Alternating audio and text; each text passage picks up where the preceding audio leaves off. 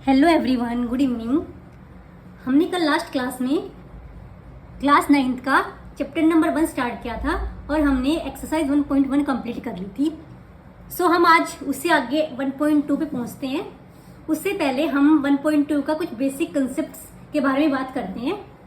तो हमने कल, जैसे आपने पढ़ा होगा, कल की वीडियो में देखा होगा कि मैंने नंबर्स का बारे में बताया था कि हमने रियल नंबर को 2 पार्ट्स में डिवाइड किया, रेशनल एंड इरेशनल।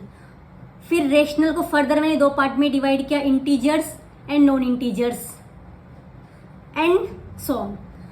और मैंने ये बोला था आपको कि जो इरेशनल नंबर है उसके बारे में हम बाद में बात करेंगे। सो आज हम पहले इरेशनल नंबर के बारे में बात करते हैं। हालांकि कुछ थोड़ा बहुत हमने हिंट दिया था कि टर्मिनेटिंग और नॉन टर्मिनेटिंग के बारे में बात की थी।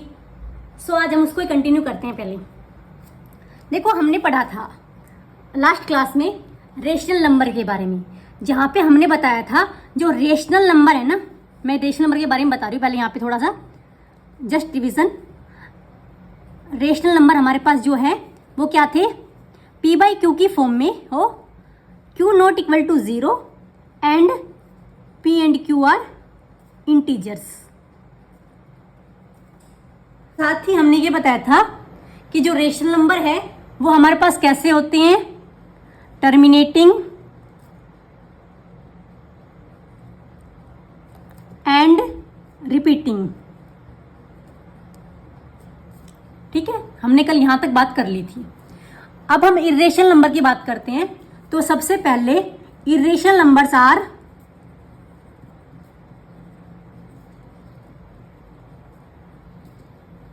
Non terminating and non repeating.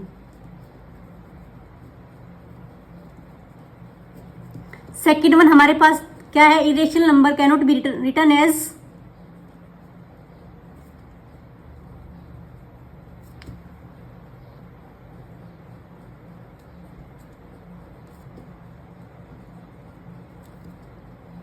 p/q form such that q is not equal to 0 and p and q are integers. Let's explain it.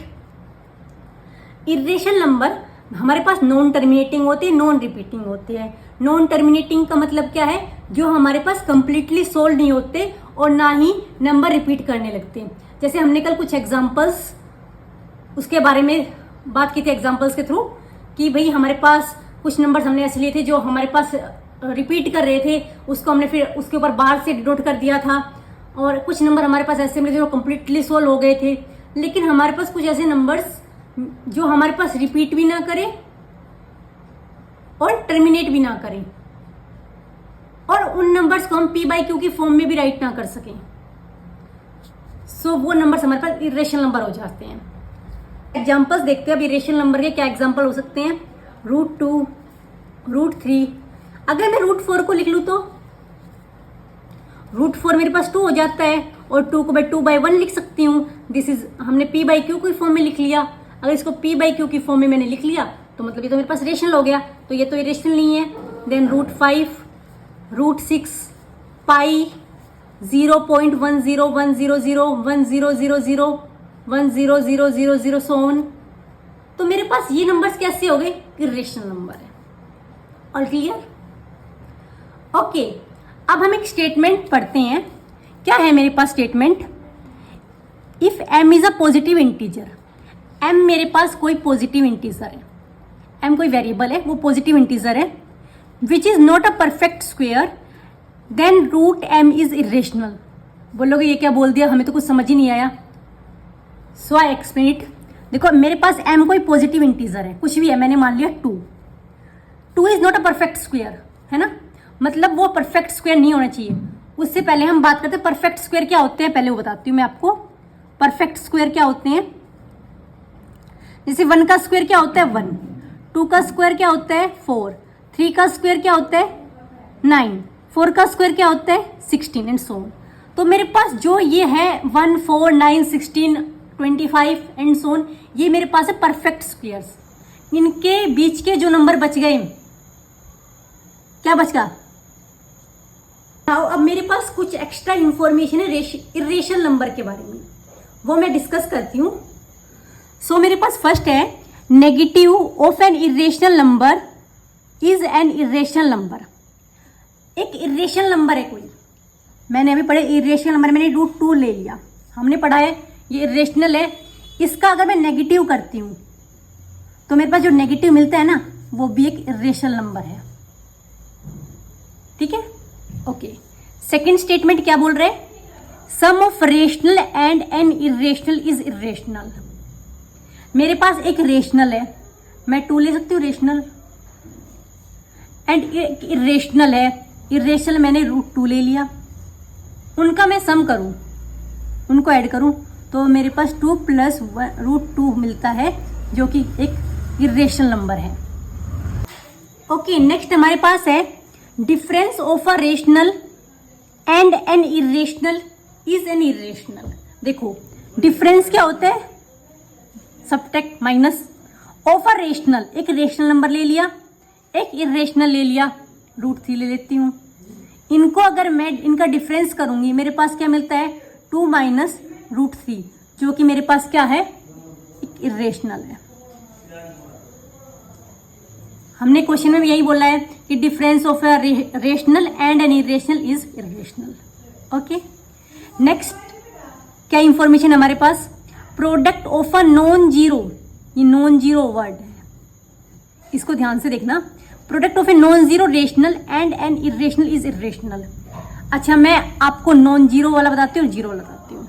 देखो पहले आते हैं हम नॉन जीरो वाले पे, तो मैंने ले लिया एक non zero rational number that is 2 and an irrational, और एक इर्रेशनल ले लिया √3, उनका प्रोडक्ट करवाती हूँ। प्रोडक्ट क्या होता है, उनका मल्टीप्लिकेशन करवाती हूँ, क्या आता है 2√3 आ जाता है जो कि मेरे पास एक इर्रेशनल नंबर है। अगर मेरे पास यहाँ नॉन जीरो नहीं लगाती, मैं नॉन जीरो नहीं गिवन होता तो क्या होता, मैं जीरो भी एक रेशनल नंबर है, उसको मैं एक इर्रेशनल √3 से मल्टीप्लाई करती तो मेरे पास क्या मिल जाता 0 जो कि क्या है रेशनल है। सो मेरे पास ये इंफॉर्मेशन गलत है। तो मैं अपने स्टेटमेंट को कैसे रिराइट करूंगी, product of a non zero rational and an irrational is a irrational. Okay, and next statement is quotient of a rational and irrational is irrational. Quotient क्या है, मतलब इन दोनों का डिवाइड। मैं एक रेशनल ले लेती हूँ, उसको मैं इर्रेशनल से डिवाइड करती हूँ तो मेरे पास जो मिलता है ये क्या मिल जाता है इर्रेशनल। ओके, अच्छा मेरे पास लास्ट पॉइंट क्या बोला गया है, the sum difference product and quotient of 2 irrational number can not be irrational. यानी कि ये बोलना चाह रहा है कि 2 इर्रेशनल नंबर का सम, उनका डिफरेंस, उनका प्रोडक्ट और उनका अगर आपस में डिवाइड करें तो वो जरूरी नहीं है हमारे पास वापस से इर्रेशनल नंबर मिलेगा। अभी तक हमने जितने भी देखा है ऊपर क्या देखा है कि जो 2 नंबर का सम था उसमें से एक नंबर हमारे पास रेशनल था, एक इर्रेशनल था। जो डिफरेंस था वो भी हम रेशनल और इर्रेशनल की बात कर रहे थे। जो प्रोडक्ट है उसमें भी हम non zero rational and irrational की बात कर रहे थे, और जो डिवाइड था उसमें भी हम रेशनल और इर्रेशनल की बात कर रहे थे। यहाँ पे जो सम और डिफरेंस के बारे में हम बात कर रहे हैं वो 2 इर्रेशनल नंबर के सम और डिफरेंस के बारे में और प्रोडक्ट डिवाइडेड क्वोशिएंट के बारे में बात कर रहे हैं हम, कि कभी भी 2 irrational plus irrational need not be rational, need not be rational, can't be rational का मतलब है कि वो हो भी सकता है नहीं भी। सेम अगर इर्रेशनल नंबर को इर्रेशनल नंबर से मल्टीप्लाई किए करें तो भी हमारे पास नीड नॉट एन इर्रेशनल। अगर यहाँ पे हम 2 इर्रेशनल नंबर का डिफरेंस करें तो भी हमारे पास need not an irrational. Same अगर इर्रेशनल नंबर को इर्रेशनल से डिवाइड करवाए तो हमारे पास need not an irrational. So मैंने अभी आपको इतना ये सब बताया। इसका अगर कंक्लूजन देखें तो कंक्लूजन क्या है हमारे पास, कंक्लूजन यहाँ सिर्फ इतना है कि मैंने क्या बताया आपको उसको एक बार ध्यान से मैं बिल्कुल शॉर्टली आपको एक बार एक्सप्लेन करती हूँ। क्या है रेशनल प्लस रेशनल, रेशनल को मैं यहाँ आर से डिनोट कर रही हूँ एंड इर्रेशनल को मैं आई आर से डिनोट कर रही हूँ। Rational plus rational, rational minus rational, rational multiply rational and rational divide by rational. इस केस में हमारे पास जो रिजल्ट मिलेगा वो एक रेशनल मिलेगा। एंड दूसरी कंडीशन हमारे पास ये है irrational plus rational, irrational minus rational, irrational multiply rational and irrational divide by rational या रेशनल डिवाइड इरेशनल। इसमें हमारे पास इरेशनल मिलेगा। एंड थर्ड कंडीशन ये है, अगर मैं इरेशनल को इरेशनल में ऐड करती हूँ, इरेशनल को इरेशनल में माइनस करती हूँ, इरेशनल दो इरेशनल का मतलब मैं प्रोडक्ट करती हूँ और दो इरेशनल को आपस में डिवाइड करती हूँ, तो मेरे पास can't say anything. It means वो हमारे पास वापस से रेशनल में मिल सकता है, इरेशनल में मिल सकते हैं। ओके, अब हम एक्सरसाइज पे पहुंचते हैं अपनी 1.2 पे। सो एक्सरसाइज को स्टार्ट करने से पहले उसके एग्जाम्पल्स की बात करते हैं हम। Exercise 1.2 example number 3, example number 3, because example 1 और 2 हमने एक्सरसाइज 1.1 में पढ़ ली है। एग्जाम्पल नंबर 3 हमारे पास बोल रहा है locate √2 on the number line. Number line के ऊपर हमें √2 को लोकेट करके दिखाना है। ठीक है, नंबर लाइन क्या होती है आपने पढ़ा होगा लोअर क्लासेस में। हमारे पास एक नंबर लाइन होती है जिसमें जो रियल नंबर लाइन होती है, जिसमें सारे रेशनल और इरेशनल को हम लोकेट कर सकते हैं। और इसमें पॉजिटिव इंटीजर्स होते हैं 1 2 3 4 up to so on, negative integer होते हैं -1 -2 -3 -4 सोन। ठीक है, यहाँ पे अब हमें √2 को लोकेट करना है नंबर लाइन पे। सो सबसे पहले इसको लोकेट करने से पहले आपको पाइथागोरस थ्योरम के बारे में पता होना चाहिए। पाइथागोरस थ्योरम क्या होती है? एक मैथमेटिशियन थे पाइथागोरस, उन्होंने एक थ्योरम दी थी पाइथागोरस थ्योरम।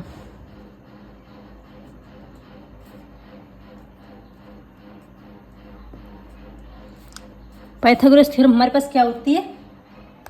हमारे पास एक ये राइट एंगल ट्रायंगल है, 90 डिग्री। ये हमारे पास हाइपोटेन्यूज होता है, ये हमारे पास बेस होता है, ये परपेंडिकुलर होता है।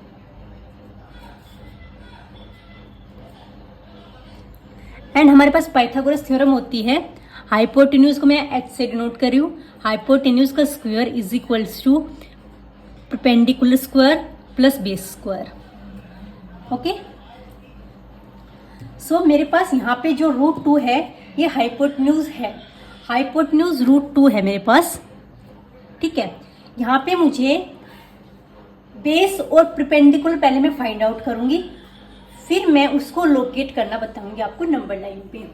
तो देखो, जब भी हम हाइपोटेन्यूज जो हमें लोकेट करना होता है उसको हम हाइपोटेन्यूज कंसीडर करते हैं। ये हमारे पास हाइपोटेन्यूज है और उसके लिए हम बेस को और परपेंडिकुलर को फाइंड आउट करेंगे।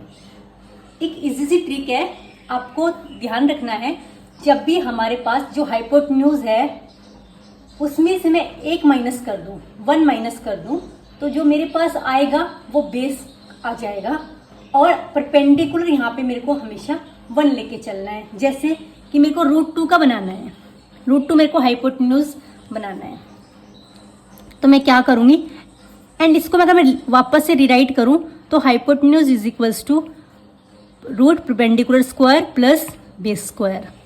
ठीक है, मेरे को हाइपोटेन्यूज √2 बनाना है, तो मैंने बताया बेस को क्या लेना है, 1 माइनस लेना है इसमें से, तो √2 में से 1 गया, √1 बचेगा। और परपेंडिकुलर को मेरे पास ऑलवेज मेरे को 1 लेना है, सो मेरे पास क्या आ जाएगा, इसको तो मैं 1 लूंगी तो 1 का स्क्वायर प्लस इसमें से 1 माइनस होंगे, √2 माइनस 1 का स्क्वायर। इसको मैं सोल्व करूंगी, सो मेरे पास 1 प्लस √2 माइनस 1 √1 और स्क्वायर से रूट कैंसिल हो जाएगा मेरे पास। सो मेरे पास क्या मिलेगा, 1 प्लस 1 दैट इज √2। मेरे को हाइपोटेन्यूज √2 बनाना था, उसके लिए मेरे पास बेस भी 1 मिल गया, परपेंडिकुलर भी 1 मिल गया। अब यहाँ से मैं अपना कंस्ट्रक्शन वर्क स्टार्ट कर सकती हूँ कि मैं उसको कैसे नंबर लाइन पे लोकेट करूंगी। रूट 2 को नंबर लाइन पे लोकेट करने, सो सबसे पहले मैंने एक लाइन ड्रॉ की और मेरे पास क्या आया था, बेस भी बनाया था रूट 2 के लिए और परपेंडिकुलर भी बनाया था। ठीक है, मैंने एक नंबर लाइन ड्रॉ कर ली। मैंने यहाँ पे आपके लिए थोड़ा सा नंबर लाइन को बड़ा अज्यूम किया है। देखो बेस मेरे पास 1 है, दिस इज बेस। ओके, अभी आपने लोअर क्लासेस में 90 डिग्री का एंगल बनाया होगा, तो मैं यहाँ पे एक 90 डिग्री का एंगल ड्रॉ करूंगी। ये आप ड्रॉ करोगे 90 डिग्री का एंगल।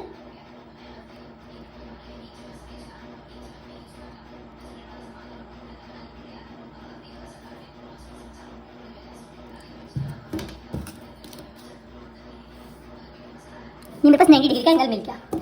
सो मेरे पास ये जो मिला है ये परपेंडिकुलर मिल गया 1। ठीक है, जब मैं इसको आपस में मिला देती हूँ तो मेरे पास जो ये हाइपोटेन्यूज मिल गया, ये मिल गया रूट 2। ओके, लेकिन मेरे को तो इसको रूट 2 को नंबर लाइन पे दिखाना था, लोकेट करना था, तो मैं इस डिस्टेंस को कैलकुलेट करूंगी, इतना है, और मैं इसको ऐसे ड्रॉ कर दूंगी। जहाँ मेरा ये पॉइंट आया है, यही मेरा पॉइंट कितना है, ये मेरा डिस्टेंस है रूट 2। ये मैंने रूट 2 को नंबर लाइन पे डिनोट कर दिया। आई होप ये आपको समझ आ गया होगा। सो हम नेक्स्ट क्वेश्चन देखते हैं। रूट 3 को नंबर लाइन पे डिनोट करता है। हम नेक्स्ट क्वेश्चन देखते हैं। रूट 3 को हमें नंबर लाइन पे डिनोट करना है। सो उसके लिए हम क्या करेंगे, सेम प्रोसीजर करेंगे। चलो हम करते हैं। इसके लिए हमारे पास हाइपोटेन्यूज कितना है, अब की बार रूट 3 है।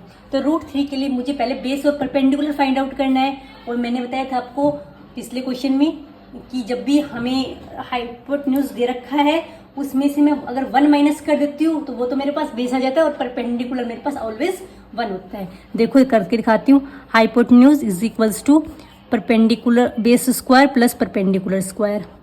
ओके, हाइपोटेन्यूज मेरे पास कितना है, रूट 3 इज इक्वल्स टू, इसमें से 1 माइनस कर दूं, रूट 3 माइनस 1 का होल स्क्वायर प्लस 1 का square, that is root 3 is equals to root 3 minus 1 root 2 square plus 1 का square, that is root 3 is equals to, cancel, क्या बचा, इसको करेंगे 1 आ जाएगा, root 2 plus 1। Okay, that is root 3 आ गया मेरे पास। सो मेरे पास यहाँ पे बेस क्या बचा, बेस क्या मुझे क्या मिला, रूट 2 मिला, और परपेंडिकुलर मुझे क्या मिला, 1 मिला। अभी देखो बेस रूट 2, पहले हमें ऊपर जो हमने क्वेश्चन किया है अभी उसमें हमने रूट 2 बेस निकाल लिया था। अब हम वहाँ से अपना क्वेश्चन स्टार्ट करेंगे। ओके क्लास, लास्ट क्वेश्चन में यहाँ तक सोल्व कर लिया था ना। एक नंबर लाइन ड्रॉ की, उस पर हमने 90 डिग्री का एंगल ड्रॉ किया, तो मेरे पास ये रूट 2 मिल गया था। अब मैं यहाँ से अपना क्वेश्चन आगे स्टार्ट करती हूँ। अब मेरे को यहीं से परपेंडिकुलर 1 निकालना है। कैसे निकालेंगे, सेम प्रोसीजर करेंगे लास्ट जो हमने लास्ट क्वेश्चन में किया है। सॉरी, यहाँ पे मैं 90 डिग्री का एंगल ड्रॉ करूंगी क्योंकि मेरे पास अब की बार बेस कितना है, रूट 2। तो रूट 2 मेरे पास ये था, ये मेरे पास बेस है, तो मैंने यहाँ से अपना परपेंडिकुलर ड्रॉ किया।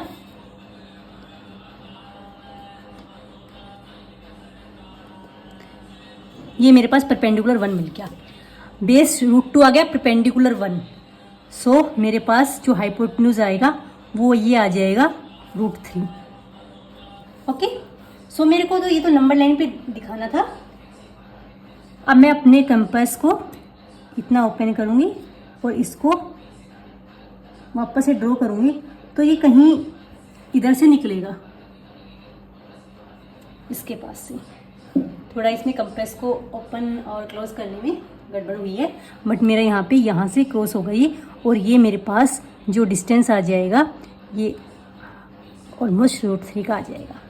आई होप ये आपको रूट 2 रूट 3 को नंबर लाइन पे ड्रॉ करना आ गया। सो हम नेक्स्ट, अब हमारे पास एक्सरसाइज आ जाती है, एक्सरसाइज की ओर बढ़ते हैं। सो हमारे पास एक्सरसाइज 1.2 में फर्स्ट क्वेश्चन जो है वो है ट्रू एंड फॉल्स का। सो हमारे पास फर्स्ट स्टेटमेंट गिवन है, every irrational number is a real number. जब ये लेक्चर मैंने स्टार्ट किया तब मैंने बताया था 1.1 में कि जो हमारे पास रियल नंबर्स है वो बेसिकली दो पार्ट्स में डिवाइड होते हैं, रेशनल एंड इरेशनल। ये कह रहा है every irrational number is a real number, जो इरेशनल होंगे वो तो रियल होंगे। ट्रू। सारे के सारे रेशनल एंड सारे के सारे इरेशनल को अगर मैं मिला देती हूँ तो मेरे पास उनको रियल नंबर बोला जाता है। ये कह रहा है अगर सारे हमारे पास रेशनल और इरेशनल रियल है तो सारे के सारे इरेशनल भी तो मेरे पास रियल है। ट्रू।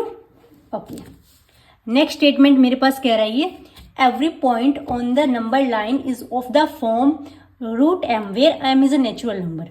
देखो नंबर लाइन पे मेरे पास नंबर किस टाइप से होते हैं, 0 1 2 3 so -1 -2 -3 and so on।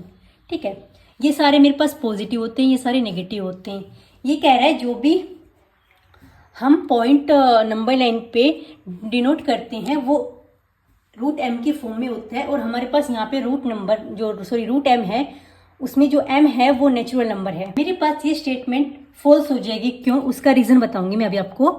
Because negative number can't be the square root of any natural number. इसका क्या मीनिंग है? देखो जैसे √2 मेरे पास है, इसमें रूट एम की जगह एग्जाम्पल ले रही हूँ √2, और ये एम मेरे पास नेचुरल नंबर है। अगर वहीं मैं नेगेटिव, क्योंकि कोई भी नेगेटिव स्क्वायर रूट नहीं हो सकता नेचुरल नंबर का। कैसे?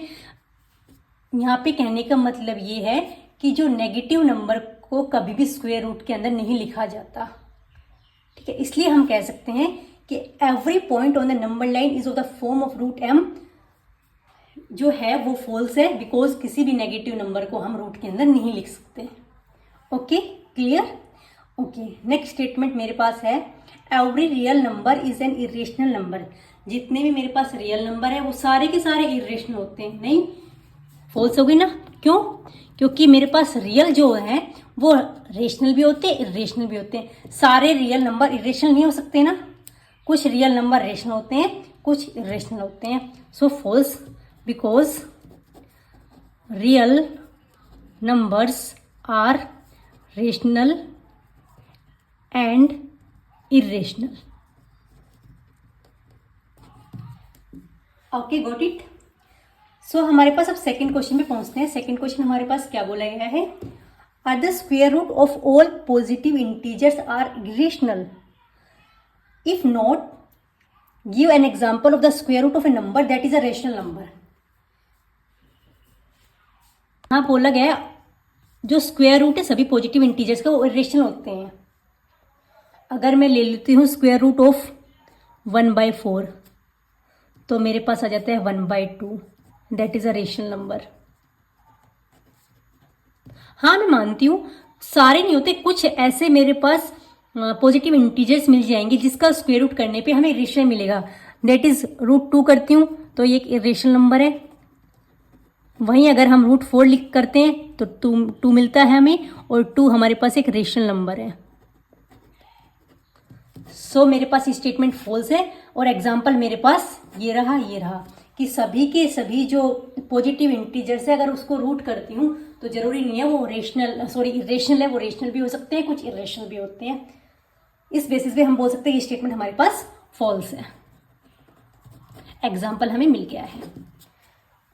आते हैं इस एक्सरसाइज की, और हमारे पास क्वेश्चन गिवन है show how √5 can be represented on the number line. It means हमें √5 को नंबर लाइन पे लोकेट करना है। फर्स्ट स्टेप क्या है कि मैं √5 यहाँ पे मेरा पास हाइपोटेन्यूज है, मुझे उसके लिए बेस और परपेंडिकुलर फाइंड आउट करना है। मेरे पास hypotenuse is equals to base square plus perpendicular square. √5 is equals to, base निकालने के लिए मुझे क्या करना होता है, हाइपोटेन्यूज में से 1 माइनस कर देती हूँ, दैट इज √5 - 1 का स्क्वायर प्लस 1 का स्क्वायर, दैट इज 4 का √4 का स्क्वायर प्लस 1 कैंसिल।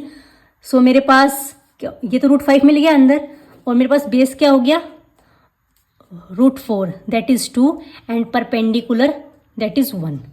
सो अब मैं बेस को 2 लेके चलूंगी, परपेंडिकुलर 1 लेके चलूंगी, उस बेस पे मुझे √5 को लोकेट करें नंबर लाइन पे। सो हम करते हैं, नंबर लाइन ड्रॉ कर ली और मेरे पास बेस है ये 2। यहाँ से पहले मैं परपेंडिकुलर ड्रॉ करूंगी जो मेरे पास 1 आएगा। चलो करते हैं इसको। 2 को बेस लेके पहले मैं यहाँ पे परपेंडिकुलर ड्रॉ कर रही हूँ।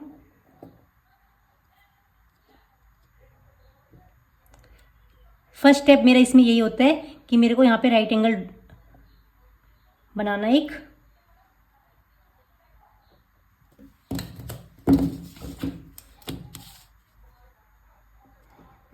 ये बेस 2 के लिए मेरे पास ये परपेंडिकुलर 1 मिल गया। अगर मैं हाँ इसको ज्वाइन कर देती हूँ यहाँ पे, तो मेरे पास ये मिल जाता है √5, बिकॉज ये मेरे पास बेस 2 है, ये परपेंडिकुलर 1 है, तो इसके लिए मुझे √5 मिल गया। बट मुझे तो √5 को नंबर लाइन पे ड्रॉ करना था ना, तो मैं ये डिस्टेंस ओपन करूँगी और इसको मैं ड्रॉ करूँगी। तो जहाँ पे मेरा ये पॉइंट मीट करता है ये मेरे पास है √5, ये नंबर लाइन मैंने √5 को ड्रॉ कर दिया, जिसकी वैल्यू 2.36 कुछ समथिंग होती है। सो मेरे पास यहाँ पे इजीली मैंने ड्रॉ करके दिखा दिया। इसी टाइप से आप बाकी अगर कुछ भी आ जाता है आपके पास एग्जाम में √7 और √8, तो उसको आप उसके लिए आपको बेस फाइंड आउट करना है और इजीली आप उसको नंबर लाइन पे ड्रॉ कर सकते हो। सो हमारे यहाँ पे एक्सरसाइज 1.2 कंप्लीट होती है। नेक्स्ट क्लास में हम इससे आगे पढ़ेंगे। सो यहाँ तक के लिए थैंक यू, बाय बाय।